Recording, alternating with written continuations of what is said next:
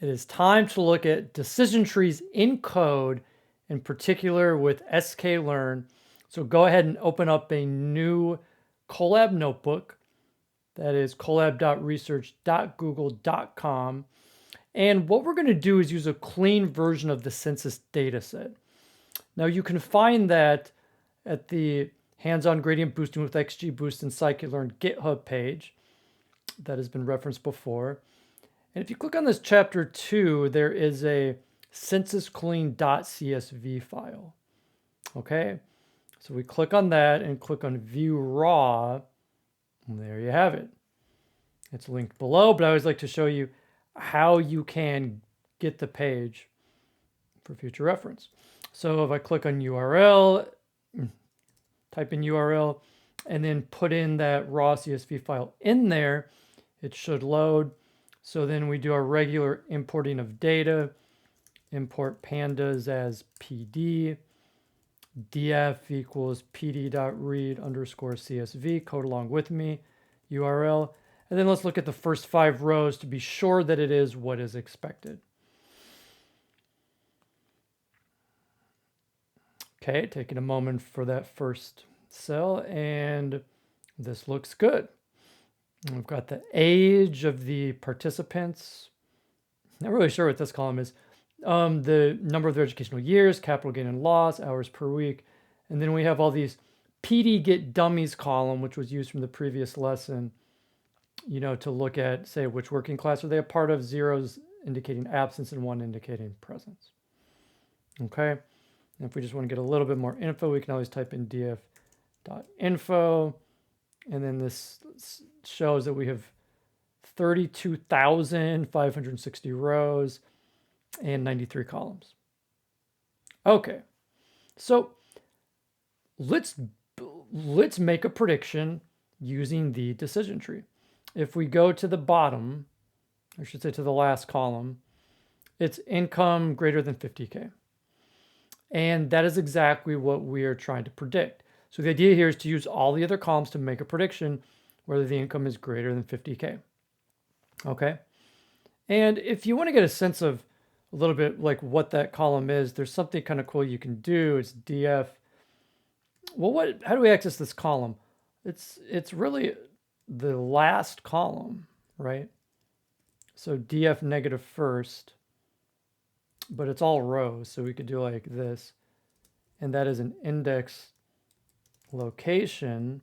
Okay, so all rows last column, that's going to show it to us. And what I want to show you something called value underscore counts.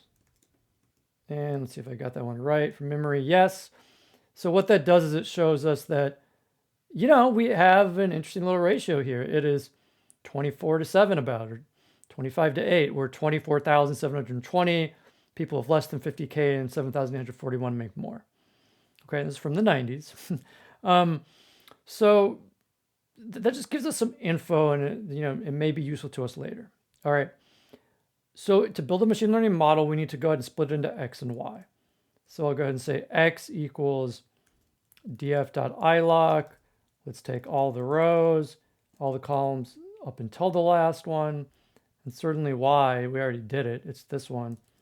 So if you want, we can just copy it. And do note that lowercase y and capital X are intentional here. Capital X indicates multiple columns. Lowercase y indicates 1 column. And let's maybe make a little note here of what we're doing. Split data into X and Y. Optional to put the columns in. And this value counts is nice. So this show, you could say, I think it's value counts of last column. All right. After we split the data, it's now time to build our first decision tree. Let's just do it with all of X and Y and see what we get. Okay, so where do decision trees live? From sklearn dot, okay, so what that does is that gives us all of they're kind of like sublibraries within sklearn, and if I type in tree, that's what we're looking for. That's not the decision tree, that's a library of trees. And so now we can import, and it's a decision tree classify regressor, so which one? Well, the value counts actually reveals to us which one. The value count shows that this is split into two cases, all zeros and all ones, and that means we want the classifier. Okay, so decision tree classifier. And then the steps to build the model would be initialize model. And to do that, we call the model that we imported the decision tree classifier. So right now, what that line of code does, it basically it initializes the model, but hasn't fit it to any data yet. It's just taking all of the default parameters, okay, which we'll talk about it later. Now we're going to fit it. Okay, so now we fit it to the actual data. X is the input and Y is the output. And fitting here, I mean, is Y the output. X is like, and again, we'll talk a little more about this. X is all of the rows, and we're using that to train to try to match them with the outputs. We're trying to fit the X's to the Y's, and we're going to see how good of a job a decision tree can do. Okay, so after it fits, okay, now when I type model, this model has been fit to this data, and so I can see how well did it fit the data. That's what I want to run. Let's find out. Oh, it's so close to 1. Can we just round up and say it was perfect? No, you can't. It's really close to perfect, and it's misleading. Okay. So it didn't quite get it, but it almost did. Why is it misleading? Okay. We're going to spend time in this class analyzing scores. Right? Now, first of all, we've talked about this. It's not right to fit it on the data that you train it on. Okay, but I want to illustrate a point here. And this is the whole reason why it's not a good idea. But before I illustrate it, let's do the standard splitting of the data. We could also do cross-file score. Either way is actually okay here.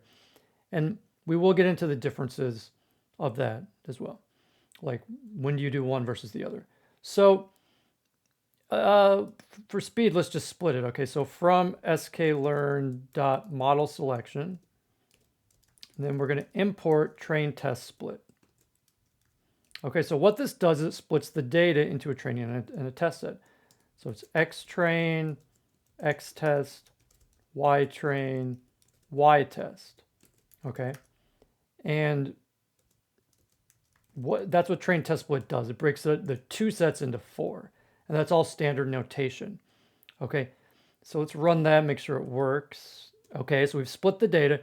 Now we do it again. Okay, but here's the difference. Let me just say, let me make it clear with a comment. So up here, what we're doing is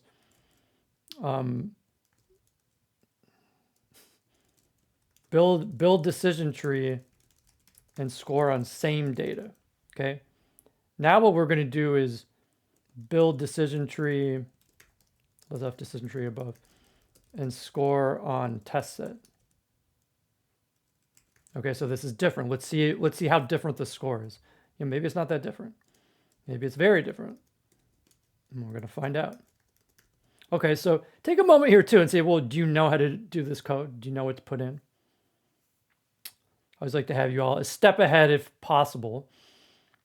Well, you're thinking about, I'll just say what we did here. To do that, of course, we split data into training and test set.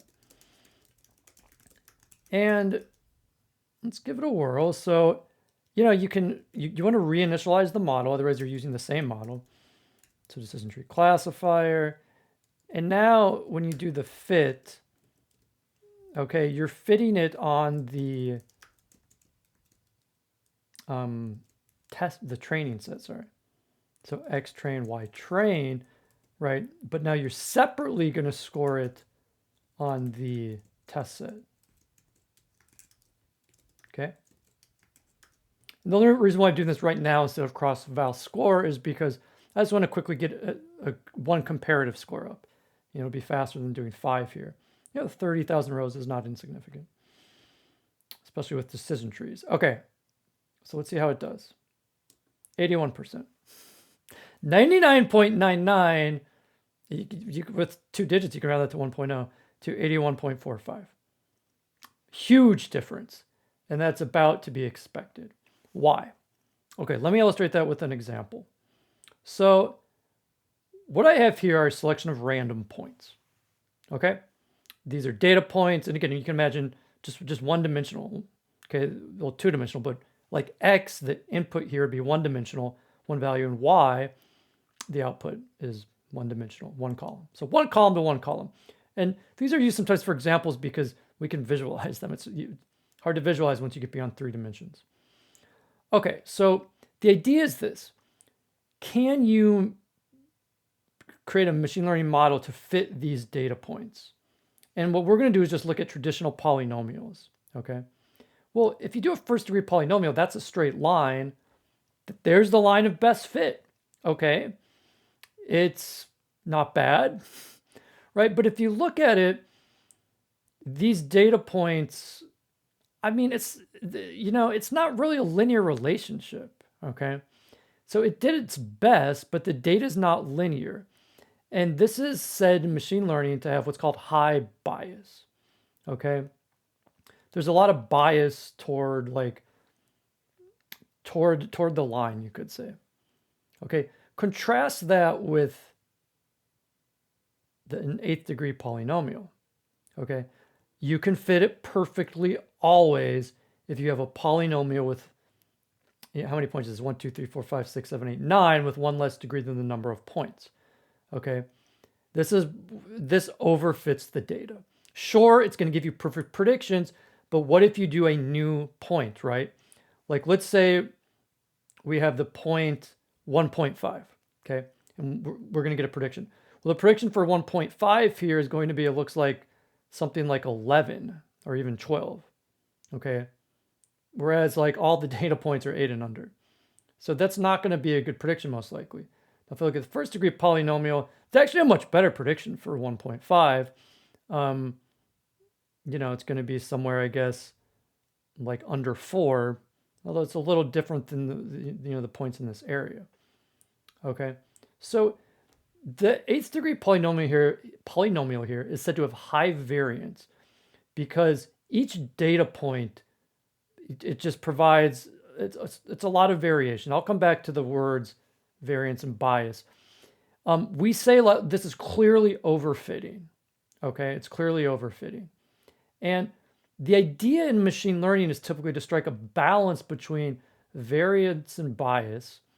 And here's like a 3rd degree polynomial. It's far from perfect, but it's a little balance, okay? These points were randomized, and these 3 lines are the lines of best fit of different degrees of polynomials. You can see this picks up in some of the, it's kind of a combination. It's got some bias, like it's not perfect, but it does pick up in some of the nuances of the data, how it kind of goes up and then down. If you take away this point at 7, it actually does a pretty good job of fitting the data, okay?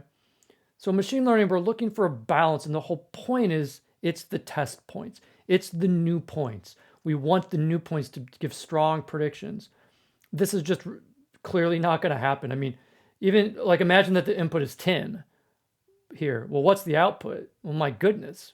It looks like it's going to be 1,000,000 or something. What's the output here if it's 10?